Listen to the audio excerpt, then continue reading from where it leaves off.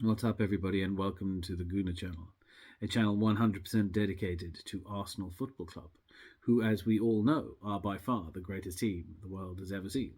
And why am I doing this stupid voice? Well, it's a bit of a departure, this video. I thought I'd do something a little bit different. It takes me into the realms of the conspiracy-minded. So if you are conspiracy-minded, this is going to be right up your street. What am I talking about? I'm talking about yesterday's shock revelation that Zinchenko will not feature for the rest of the season because he was apparently replaced in a game against Newcastle with a calf injury, which now looks like keeping him out of the season. Of course, fast forward to today and Arteta's press conference in which he said, we're not sure when he's going to play again.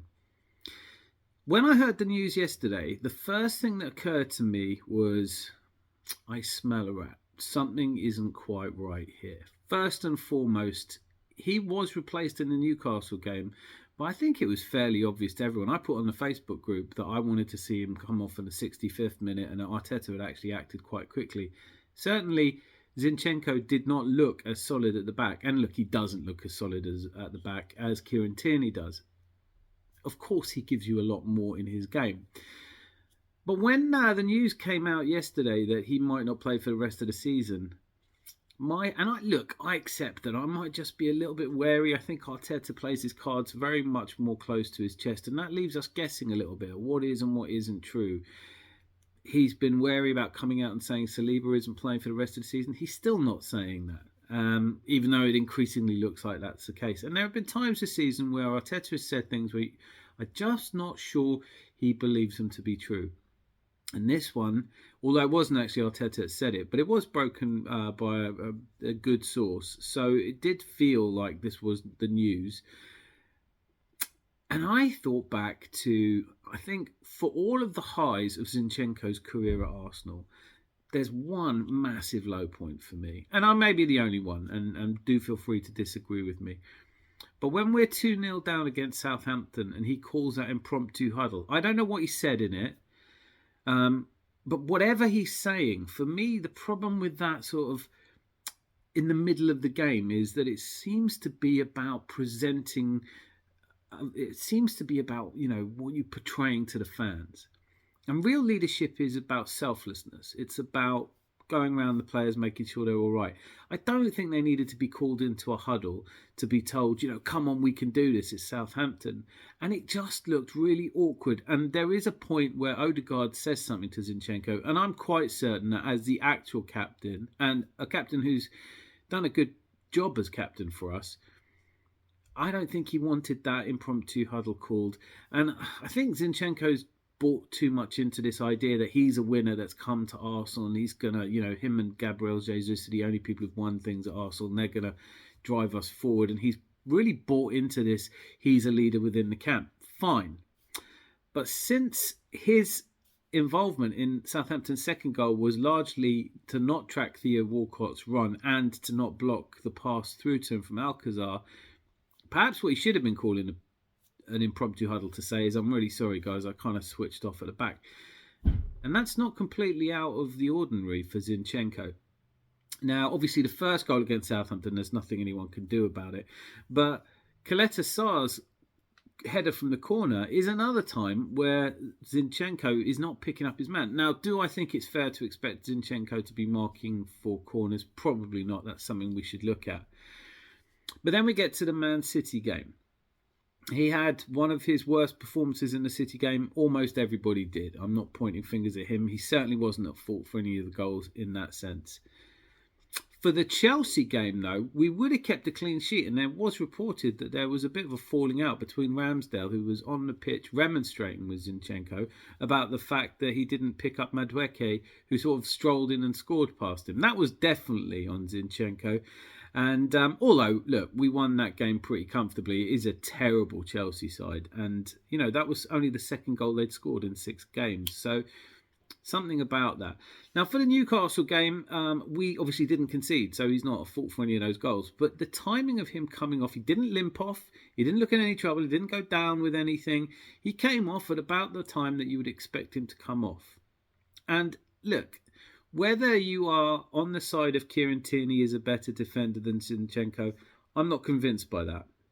I do think that Zinchenko's weaker side of his game is his defence, But as for all of that, he puts in plenty of tackles in a game, and he more than makes up for it for the kind of forward motion that he allows us.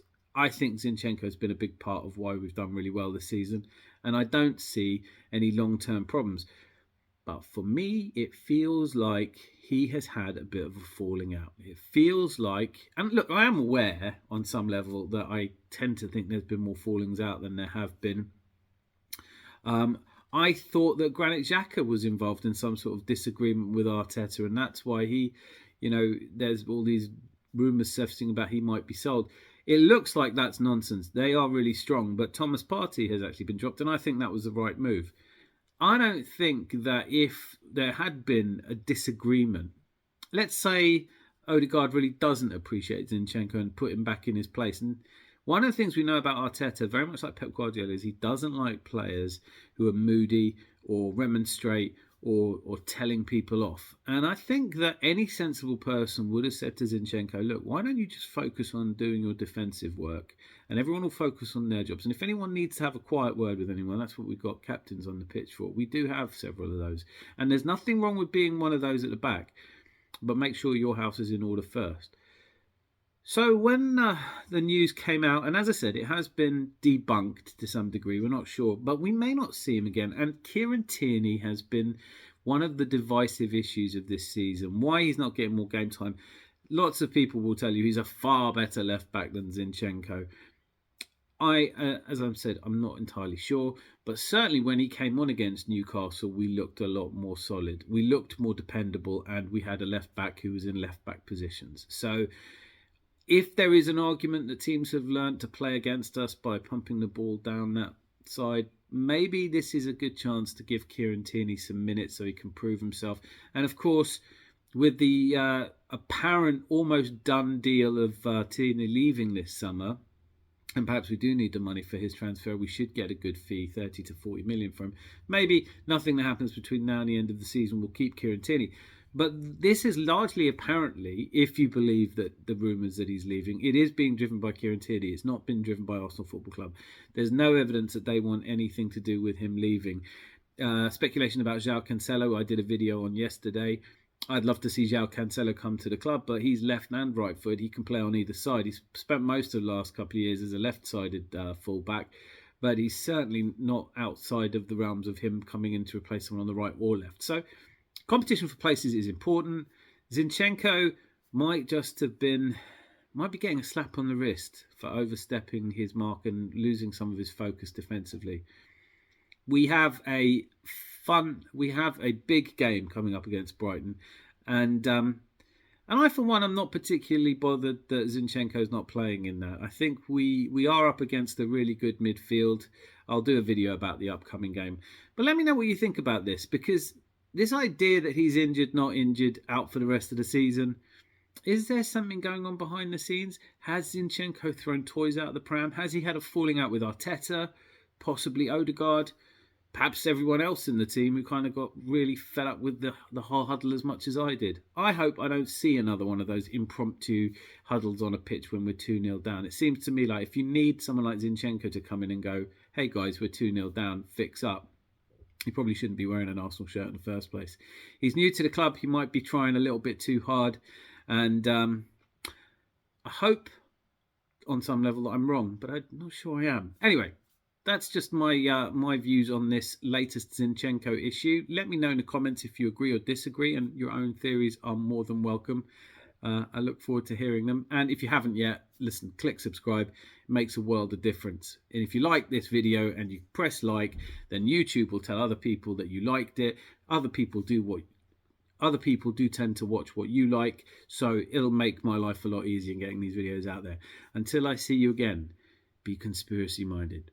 Be lucky. Lots of love.